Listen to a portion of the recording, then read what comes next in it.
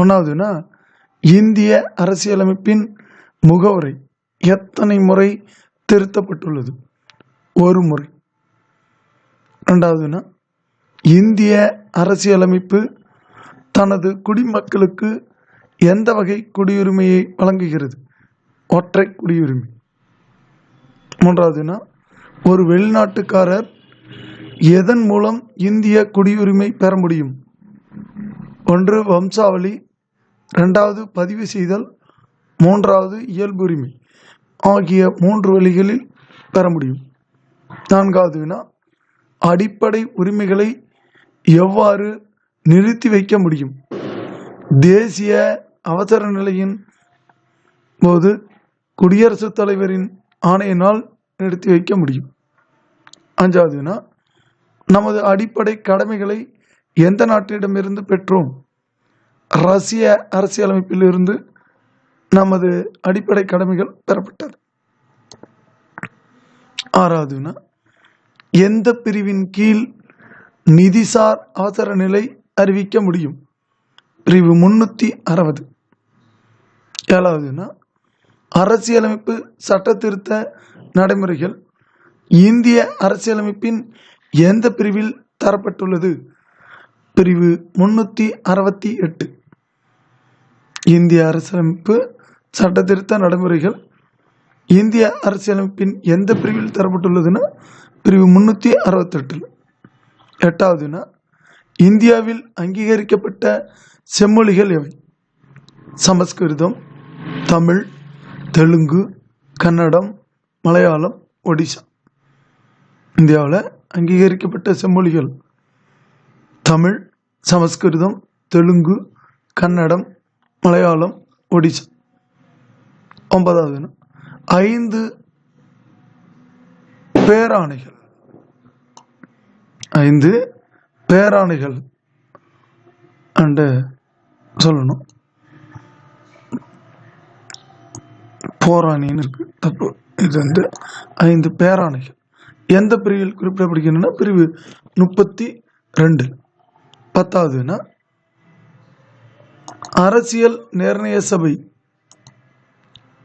தற்காலிக தலைவராக தேர்ந்தெடுக்கப்பட்டவர் யாருன்னா சச்சிதானந்த சின்ஹா. அரசியல் நிர்ணய சபையோட தற்காலிக தலைவராக தேர்ந்தெடுக்கப்பட்டவர் சச்சிதானந்த சின்ஹா. 11ஆவதுன்னா இந்திய அரசியலமைப்பு ஏற்றுக்கொள்ளப்பட்ட நாள் மற்றும் ஆண்டு நவம்பர் 26, 1949. 12ஆவதுன்னா இந்திய அரசியல் நிர்ணய சபையின் தலைவர் யார்? டாக்டர் ராஜேந்திர பிரசாத். 13ஆவதுன்னா சிறுபான்மையினருக்கு கல்வி நிறுவனங்கள் நிறுவி நிர்வகிக்கும் உரிமை அளிக்கும் அரசியல் சாசன சட்ட பிரிவு எது? பிரிவு 30. 14ஆவதுன்னா நமது அரசியலமைப்பு சட்டம் நடைமுறைக்கு வந்த ஆண்டு எது? ஜனவரி 26, 1950. 15ஆவதுன்னா இந்தியாவின் மகா சாசனம் என அழைக்கப்படும் அரசியலமைப்பின் பகுதி எது? பகுதி 3. இந்தியாவின் மகா சாசனம் பகுதி 3. 16ஆவதுன்னா குடியுரிமை சட்டம் இதுவரை எத்தனை தடவை திருத்தப்பட்டுள்ளது? 8 தடவை. 17ஆவதுன்னா இந்திய அரசியலமைப்பின் தந்தை என கருதப்படுவர் யார்? அம்பேத்கர். 18ஆவதுன்னா இந்திய அரசியலமைப்பு சட்ட வரைவு குழு தலைவராக டிராஃப்டிங் கமிட்டின்னு சொல்லுவாங்க, அதோட தலைவராக இருந்தவர் டாக்டர் அம்பேத்கர். 19ஆவதுன்னா இந்திய அரசியலமைப்பு சட்டத்தை எழுதியவர் யார்? பிரேம் பகாரி நரேன் ரைட்ஜிடாங்கிறவர் தான் எழுதுனா 10வது புத்தகத்தில் இருக்கு. 20ஆவதுன்னா நமது அரசியலமைப்பின் பாதுகாவலன் எனப்படுவது எது? உச்ச நீதிமன்றம்.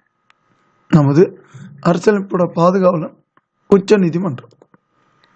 21ஆவதுன்னா தொடக்க கல்வி பெறும் உரிமையை வழங்கும் அரசியல் சாசன பிரிவு எது? பிரிவு 21A. தொடக்க கல்வி பெறும் உரிமையை வழங்கும் அரசியல் சாசன பிரிவு பிரிவு 21A. 22 சர்க்காரியா குழுவை 1983 நியமித்தவர் யார்?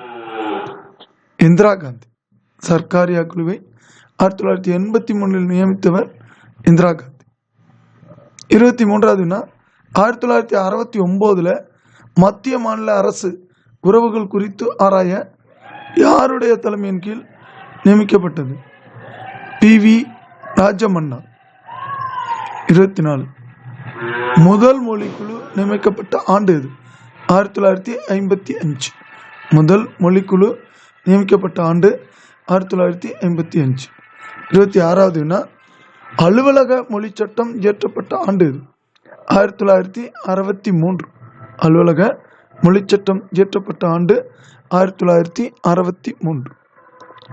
26வது வினா சிறு அரசியலமைப்பு எது?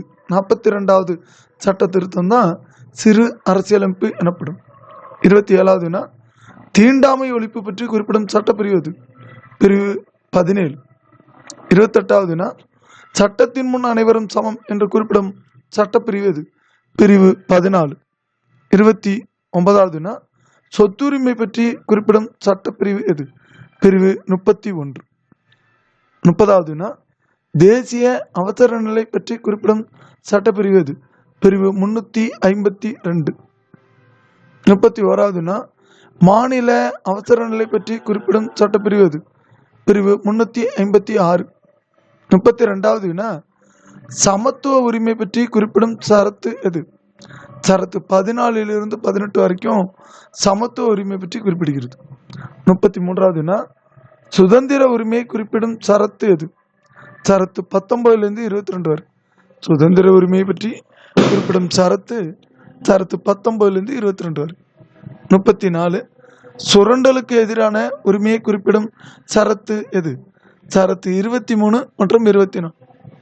35 சமய சுதந்திர உரிமையை குறிப்பிடும் சரத்து எவை? சரத்து 25 to 28 வரை சமய சுதந்திர உரிமையை குறிப்பிடுகிறது. 36வது வினா பண்பாடு மற்றும் கல்வி உரிமையை குறிப்பிடும் சரத்துக்கள் எவை? சரத்து 29 மற்றும் 30. 37வது வினா அரசியலமைப்பு தீர்வு காணும் உரிமையை குறிப்பிடும் சரத்துக்கள் எவை? சரத்து 32. 38வது வினா முதலில் அரசியலமைப்பு என்னும் கொள்கை எந்த நாட்டில் தோன்றியது? அமெரிக்க ஐக்கிய நாடுகள். 39வது வினா இந்தியாவில் முதலாக குடியரசுத் தலைவர் ஆட்சி நடைமுறைப்படுத்தப்பட்ட மாநிலம் எது? பஞ்சாப். 40வது வினா நிதி சார்ந்த அவசர நிலை குறித்து சட்டப்பிரிவு எது? பிரிவு 360. 41வது வினா சிட்டிசன் என்ற ஆங்கில வார்த்தை எந்த மொழி வார்த்தையிலிருந்து பெறப்பட்டது? லத்தீன்ல சிட்ரஸ்ங்கிற அந்த வார்த்தையிலிருந்து தான் சிட்டிசன் வார்த்தை தோன்றியது. நண்பர்களே, இன்று நாம் 10ஆம் வகுப்பு அலகு 1 இந்திய அரசியலமைப்பு பாடத்திலிருந்து குடிமையல் பாடத்திலிருந்து பார்த்துள்ளோம். நன்றி, வணக்கம். நாளை மற்றொரு வீடியோவுடன் உங்களை சந்திக்கிறோம்.